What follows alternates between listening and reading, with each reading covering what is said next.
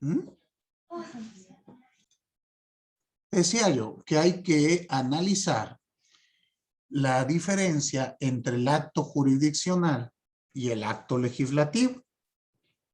El acto jurisdiccional representado por el acertamiento jurisdiccional y el acto legislativo establecido en la ley. ¿Por qué hay que realizar esto? Porque es común que se den, vamos a decir, reclamos señalando que, que los jueces cada vez más y más parece que ya están legislando. Esto es una circunstancia que señalan algunas personas, pero vamos a analizar qué tan válido o qué tan cierto es eso. Primero que nada, tenemos que analizar en qué consiste las características de uno y otro. Primero veamos la ley. La ley tiene las características de ser siempre general. ¿Esto qué quiere decir? Que rige para todos o que rige para un grupo que ostenta idéntica condición. Esta característica de la generalidad de la ley la vuelve fundamental para distinguir al acto legislativo de los demás actos de autoridad. Muy bien. También hay que entender que la ley tiene la siguiente característica consistente en que es previa. ¿Esto qué quiere decir? Que el acto legislativo se dicta a priori, regulando conductas que habrán de cumplirse en el futuro. Ustedes saben de sus clases de Derecho Constitucional que está prohibido que la ley se emita con posterioridad al hecho que se pretende juzgar. La ley siempre tiene que ser previa al hecho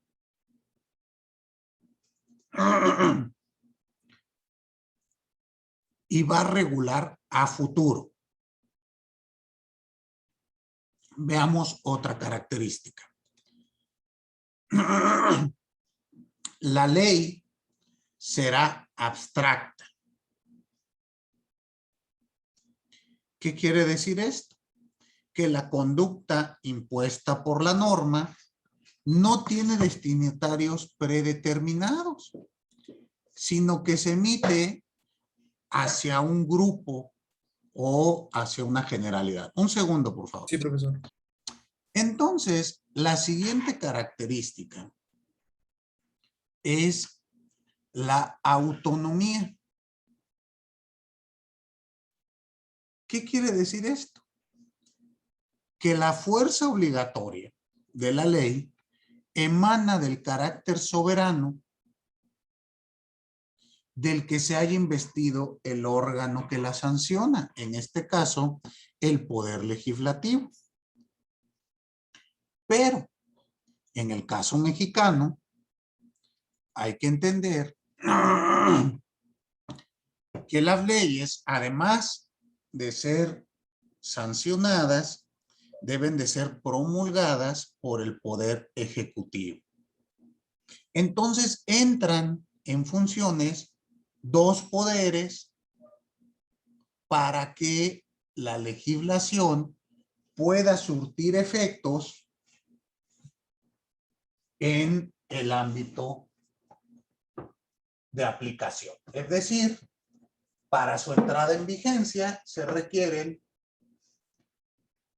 actos de ambos poderes, legislativo y ejecutivo. Por otro lado, veamos las características del acertamiento procesal. Perdón, del acertamiento jurisdiccional.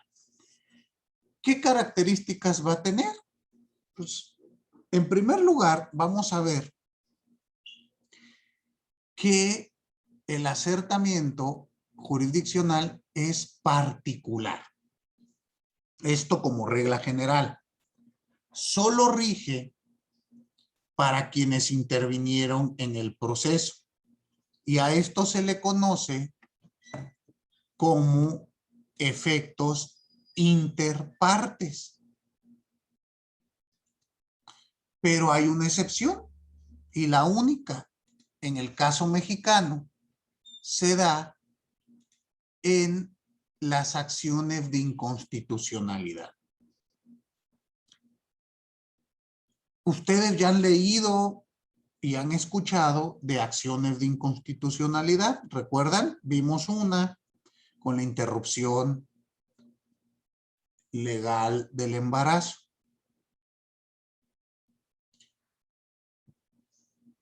En el caso de las acciones de inconstitucionalidad, ahí vamos a ver que esta declaración de inconstitucional es en abstracto y con efectos generales, que es la excepción. Por lo tanto, surte efectos no únicamente entre las partes del proceso, sino surte efectos erga omnes, es decir, para todos. Y este caso en particular, así como en otros que ocurren para diversos países, es el que normalmente confunden diciendo, es que ya la Corte está legislando. ¿Sí escucharon este argumento, por lo menos cuando se habló de esta acción de inconstitucionalidad o no? Ahí debemos de entender que esto no es así. Porque la Suprema Corte de Justicia de ninguna manera está abrogando artículo alguno del Código Penal, ¿o sí? Lo único que hace es declarar la inconstitucionalidad de la norma, y esta declaración tiene efectos para todos, no únicamente para aquellos sujetos que promovieron el instar. Pero, reitero, no lo podemos confundir con un acto legislativo. Es la única excepción en el caso mexicano. La acción de inconstitucionalidad, para empezar, la pueden promover sujetos los sujetos facultados son muy limitados, no cualquiera puede promover una acción de inconstitucionalidad. Es facultad exclusiva de la Suprema Corte de Justicia y se refiere a analizar la constitucionalidad o no de una norma. ¿Queda claro? Pero veamos que no cumple las características para ser considerada una ley. ¿Cuál es el fundamento constitucional? Bueno, de la Constitución Federal de esta acción es el artículo 105, fracción segunda de nuestra Constitución Federal. ¿Queda claro? Pero la característica general del acto jurisdiccional es que será particular. Veamos la siguiente característica. La siguiente característica es que es posterior. Quiere decir que se dicta siempre después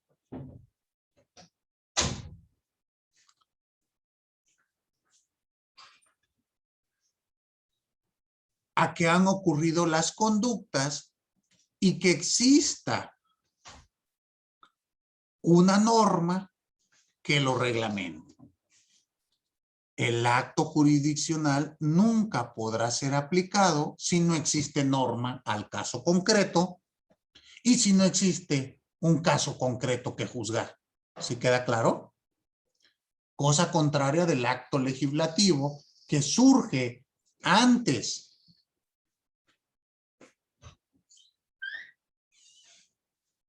de la conducta o para reglamentar conductas a futuro. ¿Queda claro?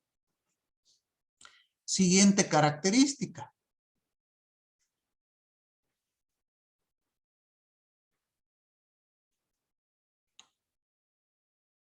El acertamiento jurisdiccional es concreto. Esto quiere decir que las conductas impuestas por la sentencia tiene destinatarios determinados. ¿Cuál es la única excepción en nuestro país? La acción de inconstitucionalidad, que ya les he platicado, tiene efectos abstractos. De ahí en fuera, todos los demás tienen efectos concretos. ¿Sí queda claro?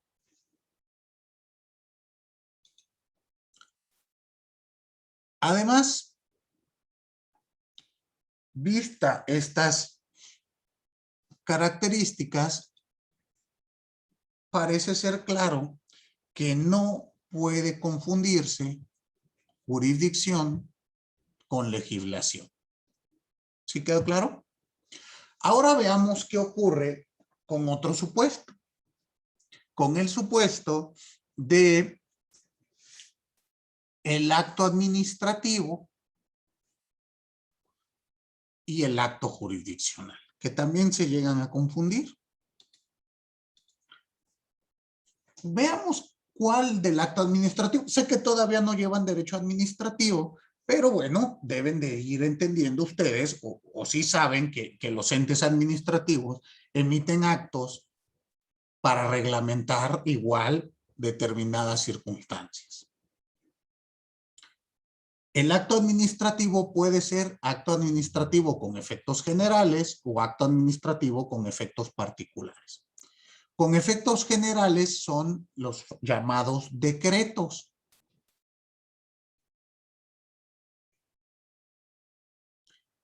El decreto, pues si gustan ustedes lo podemos asimilar y eso de manera muy dándonos muchas concesiones, lo asimilaríamos como una ley. ¿Sale? El acto administrativo, piensen ustedes, escucharon que hace unos, ¿qué será? Un mes, el presidente de la República dijo que iba a emitir un decreto para regular o legalizar los autos chocolates. ¿Sí escucharon eso o no? No escucharon. ¿Ninguno? Sí, profesor, yo sí. Usted sí lo escuchó, Marcos. Sí, profe. ¿Y recuerdas más o menos como que en qué consiste? Sí, la regulación de los autos chocolate era para todos esos automóviles que vienen de Estados Unidos y que no tienen los papeles reglamentarios que el Estado mexicano pide. Entonces, se hará una reglamentación de todos esos carros, llamados carros chocolate, y se cobrará, me parece que 2,000 pesos por esa reglamentación de los documentos, y ese dinero que se recaude será utilizado para arreglar las avenidas en el norte, los Ok, baches y así. pero fíjese usted, cómo, qué es lo que ocurre. Se tiene que es un acto administrativo en el que el presidente dice todos los que estén en este supuesto ocurrirá A o B. Bueno, creo que ese caso, ese acto administrativo en general, no lo vamos a confundir por las siguientes cuestiones. Es decir, no podemos confundir esto con una acción de inconstitucionalidad. ¿Por qué? Uno, el acto administrativo crea derechos para determinadas personas que estén en tal o cual circunstancia. Tiene cierta duración o cierto plazo. A diferencia de una ley que no tiene vigencia, bueno, no tiene una vigencia determinada. Ninguna ley dice, esta ley durará solamente 10 años, ¿o sí? No. La única excepción es la ley del presupuesto anual de la federación, que como su nombre lo indica, pues tiene vigencia de un año, pero de ahí en fuera, las leyes no tienen una vigencia preestablecida. En cambio, los decretos sí, se establece cuánto tiempo va a durar esta circunstancia. No será para todos los carros. ¿Sale? No lo podemos confundir. ¿Por qué? Porque en primer lugar, el decreto es un acto discrecional.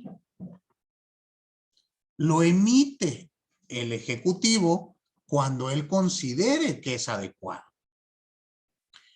Por otro lado, el acertamiento jurisdiccional es un acto, como ustedes ya saben, de constatación o un acto cognitivo.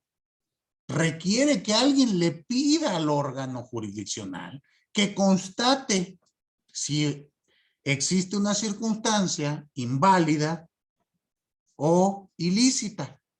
¿Sí notan esa gran diferencia? Por lo tanto, ya desde ahí no lo podremos confundir. Pero a su vez, vean lo siguiente. Existe otro tipo de acto administrativo, que es el acto administrativo particular. Este acto administrativo particular es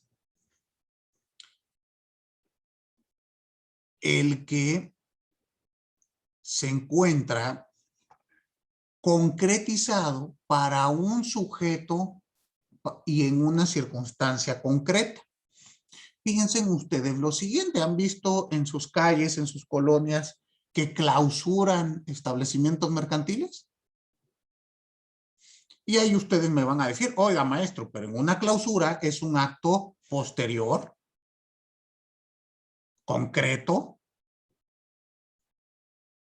y que rige interpartes. ¿Qué diferencia hay con un acto jurisdiccional? Bueno, vamos a estudiar esto. Las diferencias las podemos analizar desde dos vertientes. Uno, que es el criterio formal, y otro, que es el criterio material. Pensemos en el criterio material.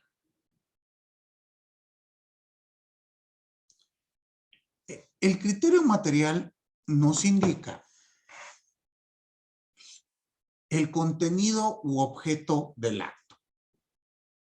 Vamos a ver que el acto jurisdiccional se identifica por constituir una decisión sobre un conflicto de derechos o por la comprobación de la existencia o inexistencia de un pretendido derecho subjetivo. Por otro lado, el acto administrativo tiene como característica crear derechos para el gobernado o establecer sanciones ante el incumplimiento de la ley. Entonces, esta es una primera gran diferencia. Segunda, la finalidad. El acto administrativo busca una utilidad estatal, en tanto que el acertamiento jurisdiccional procura el mantenimiento del orden jurídico y del sistema jurídico. Y como finalidad última, saben ustedes que el acertamiento pretende el sostenimiento de la democracia en su vertiente sustantiva y el respeto de las garantías de los gobernados. ¿Sí queda claro? Entonces sus finalidades son distintas. Ahora bien,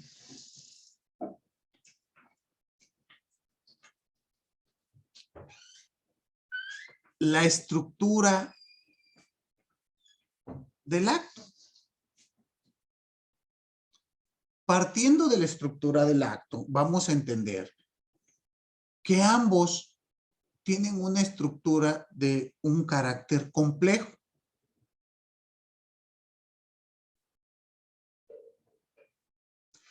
Ambos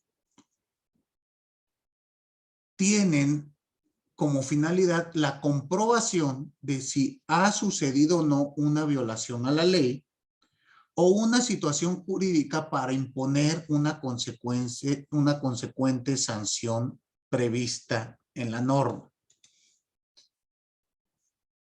Por lo tanto, este criterio o este elemento, pues no es un criterio diferenciador. ¿Están de acuerdo?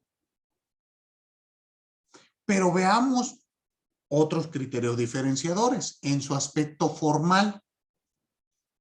En el aspecto formal, vamos a entender, bueno, tiene un triple enfoque. El primero, vamos a entender que el acertamiento jurisdiccional se realiza desde la organización del poder jurisdiccional. ¿Esto qué quiere decir? Que la actividad jurisdiccional está caracterizada por la ausencia de subordinación del órgano que realiza esta actividad. ¿Recuerdan ustedes que vimos como una característica la imparcialidad? Perdón, la independencia. Y que dijimos que la independencia del órgano jurisdiccional consiste en no estar sometido a ningún poder externo para poder realizar la función. ¿Esto qué quiere decir? Que los juzgadores no están sometidos jerárquicamente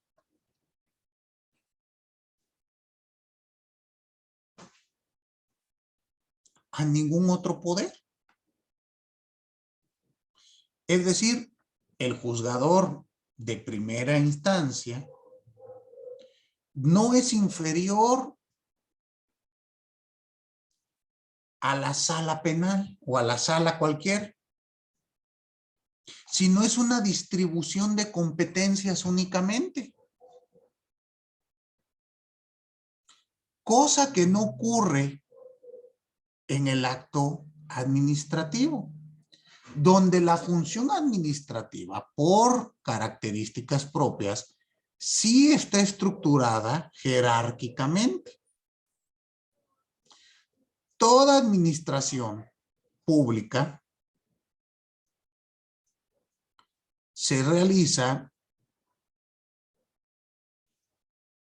con la respectiva jerarquización de las funciones de cada miembro de nuestra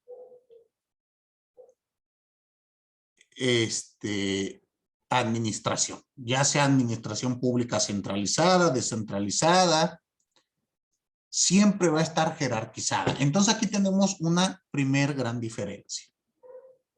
Segunda,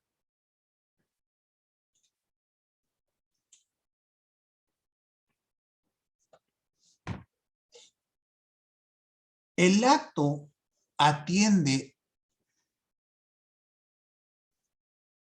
a un procedimiento específico. Como ustedes saben, el procedimiento para dictar un acertamiento jurisdiccional se llama proceso y únicamente surge del proceso. Por otro lado, el acto administrativo se puede emitir en 5 instancias diversas, que ninguna será proceso. ¿Estamos? ¿Cuáles pueden emitir actos administrativos? Bueno, la instancia de denuncia, la instancia de petición, la instancia de mecanismos alternos de solución de conflictos públicos, la instancia de reacertamiento y la instancia de queja. ¿Cuáles quedan excluidas? Querella, que sabemos que es exclusiva de materia penal. Y si bien el Ministerio Público le han dado la naturaleza de ser una autoridad administrativa, sabemos que el acto en sí reviste una naturaleza penal. Todo lo que se haga dentro de la querella tiene naturaleza penal con efectos, bueno, emitidos por una autoridad administrativa. ¿Queda claro? Son muy particulares, es una competencia muy especial, muy distinta. Y la acción procesal, que ya sabemos que esa dará origen siempre a un proceso. Entonces, de aquí tenemos esta gran diferencia. El acto jurisdiccional únicamente surge del proceso y el acto administrativo en cualquiera de las otras instancias. Ahora bien, la tercera característica, la fuerza atribuida a la sentencia, o mejor dicho, la fuerza atribuida al acto jurisdiccional. Por regla general, el acertamiento jurisdiccional tiene la característica de adquirir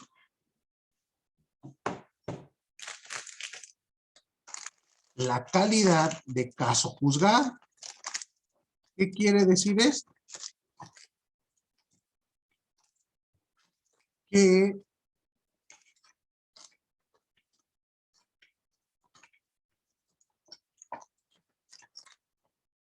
lo emitido o lo decretado en el acertamiento se vuelve definitivo e inmutable. A veces únicamente para las partes contendientes y en ocasiones para todas las partes. Por lo tanto, esta es una característica muy distintiva. En algunas materias, como en la materia civil, se establece que lo dicho en sentencia adquiere la presunción de verdad. Es decir, si ya se estableció en una sentencia y la misma quedó firme, se presume verdadero lo que diga la sentencia. Cosa que no acontece en el acto administrativo. El acto administrativo nunca será definitivo ni inmutable, sino que por el contrario, el acto administrativo tiene la característica de que es revocable por la propia autoridad que lo emitió. ¿Queda claro? ¿Esto qué quiere decir? Que la autoridad administrativa puede revocar sus propios actos,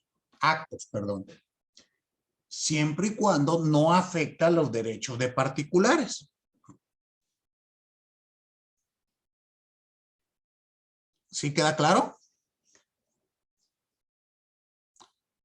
Ahora bien, estas son las características que nos permiten distinguir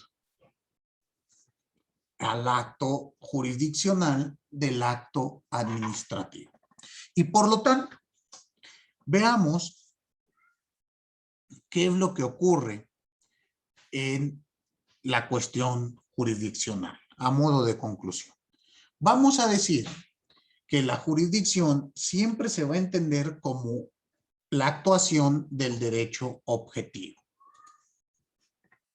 Como ustedes saben, la jurisdicción siempre es un poder secundario, donde va a actuarse la norma primaria y se vigilará el cumplimiento de la misma. Además,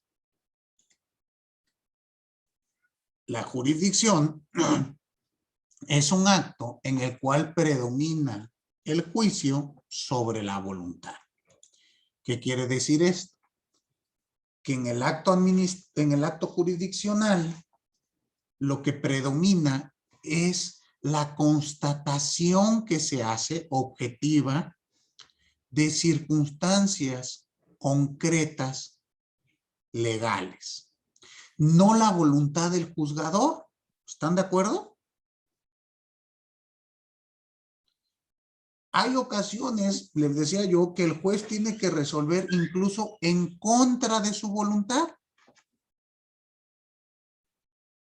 cosa que no ocurre en materia legislativa ni en materia administrativa. En materia legislativa impera la voluntad, ¿están de acuerdo?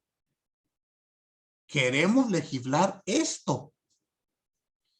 En materia administrativa, por lo menos en el acto administrativo con efectos generales, también predomina la voluntad. ¿Sí queda claro? Entonces, aquí tenemos una gran diferencia. La siguiente, la función soberana de este poder público es precisamente establecer en concreto si es aplicable o no la norma jurídica, con sus respectivas consecuencias. Declarar la invalidez de un acto o declarar la responsabilidad de un hecho ilícito. ¿Sí queda claro? Y aquí es importante establecer por qué se equipara a la jurisdicción con un poder soberano. ¿Alguno de ustedes tendrá alguna idea?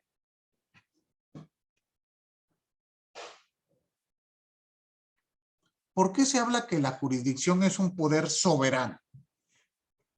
¿O tiene la característica de la soberanía? ¿Alguno de ustedes recuerda sus clases de teoría del Estado?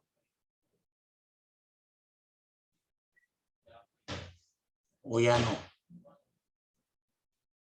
Díganme, maestro, eso se vio en primer semestre. Ya para tercero, ¿cómo cree que me voy a acordar? ¿Se acuerdan? ¿Alguno? Emilio, ¿tú te acuerdas qué es eso de la soberanía?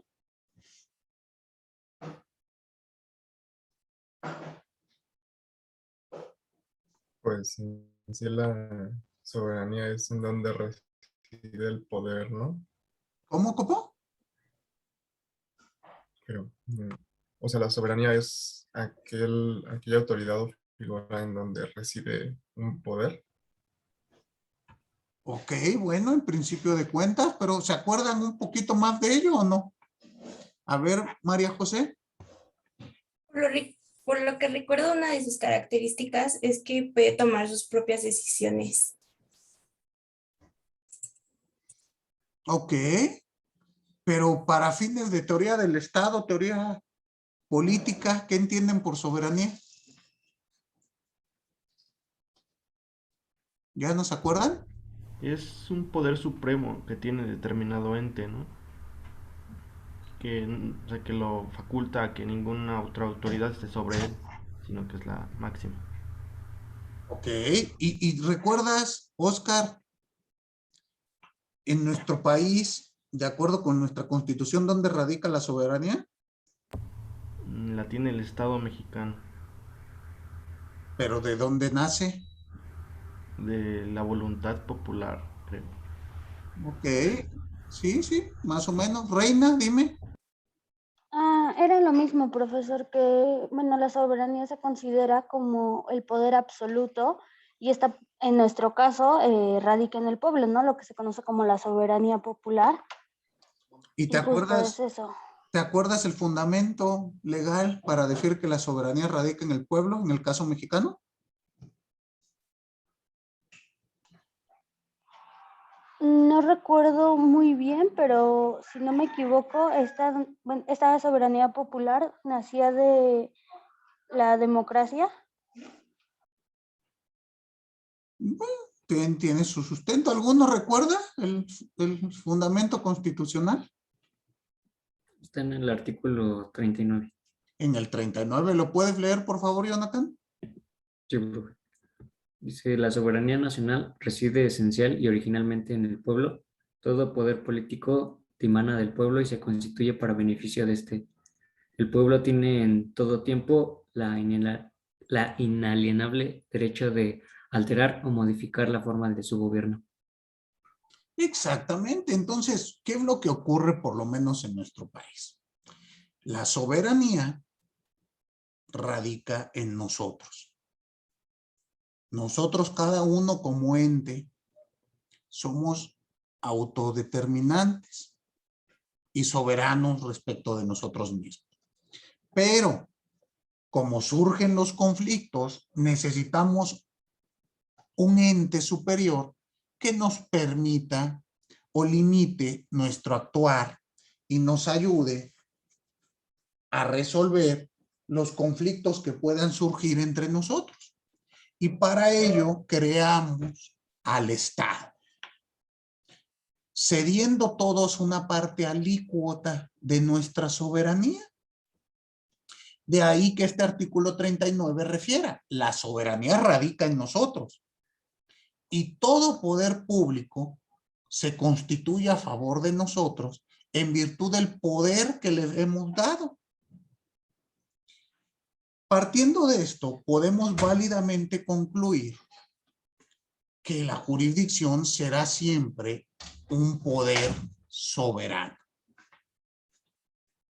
Queda entonces prohibida la idea de soberanía, de jurisdicción privada. ¿Queda claro? Asimismo,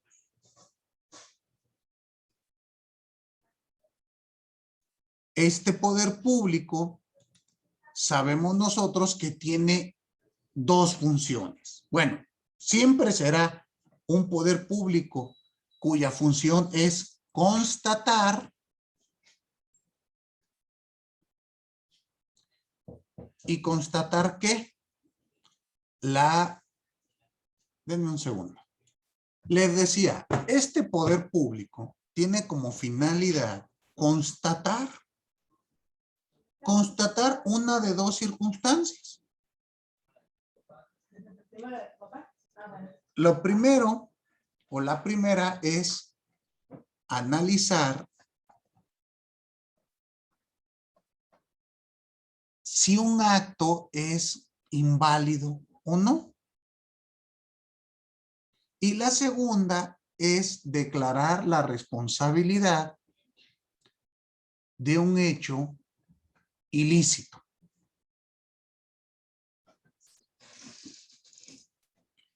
Y con estas